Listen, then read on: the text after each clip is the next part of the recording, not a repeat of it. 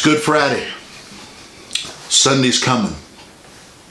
Jesus is brought before Pilate. He's brought before Herod. He is mocked.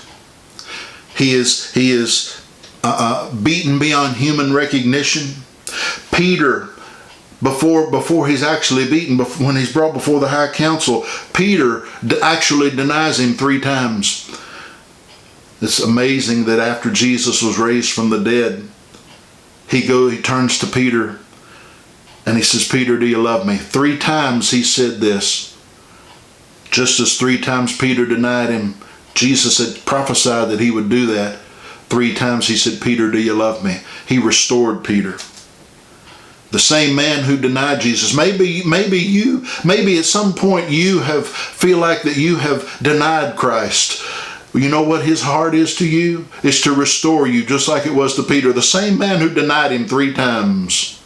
That same man on the day of Pentecost preached, and thousands were born again that day.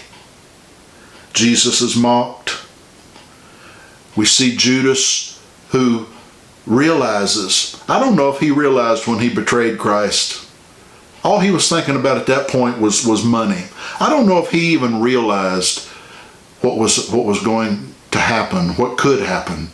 He probably thought Jesus, I heard Andrew Womack say recently, he probably thought Jesus was just going to slip through the crowd like he had before. We don't know what was in his mind. But we know that when he recognized what he had done, he was so overcome by it that he took his own life. He committed suicide. We see Jesus crucified. We see the soldiers casting lots for his garments. We see a dying thief by his side, one on one side and one on the other. They deserved to be there. He didn't. One of them ridiculed him. The other cried out for mercy, and Jesus had mercy on him. If there's breath in your body, it's not too late. That thief cried out and asked forgiveness. Jesus forgave him. And he said, "Today you'll be with me in paradise."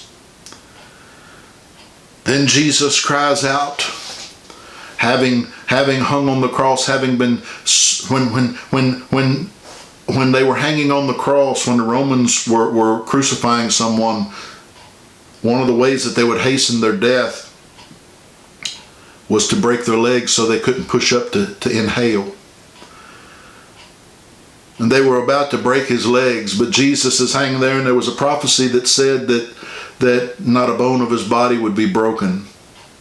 And he cried out with a loud voice, my God, why hast thou forsaken me?" And shortly thereafter, he cried out and he said, "Into thy hands I commit my spirit."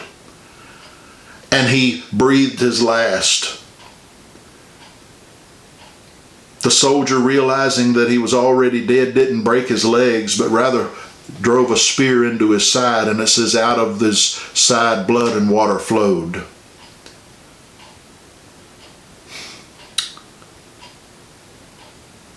I've heard it said by medical professionals that is a sign that his heart literally burst. He had heart failure. You think about the pressure that came on him when he accepted the sin of the world, your sin and my sin.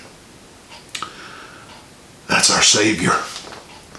But he didn't stay there. When he breathed his last, the Word shows us that the veil in the temple that separated men from the Holy of Holies was ripped from top to bottom. Not from bottom to top, from top to bottom. Not to let God out, but so that people could see the way it had been made for us to get to God now. Not only that, but it says the graves burst open.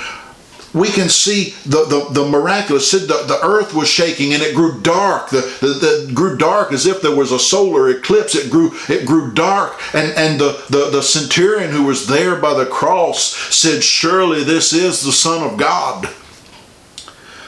A miraculous thing happened that day. This Good Friday, all those years ago. Jesus at that point paying the price for us. The word shows us as Jonah was in the belly of the whale, so Jesus would be in hell for us. He went to hell as a sinner, though he'd never sinned. And there he paid the price for us. It's Friday, but Sunday's coming. It's Friday, but Sunday's coming.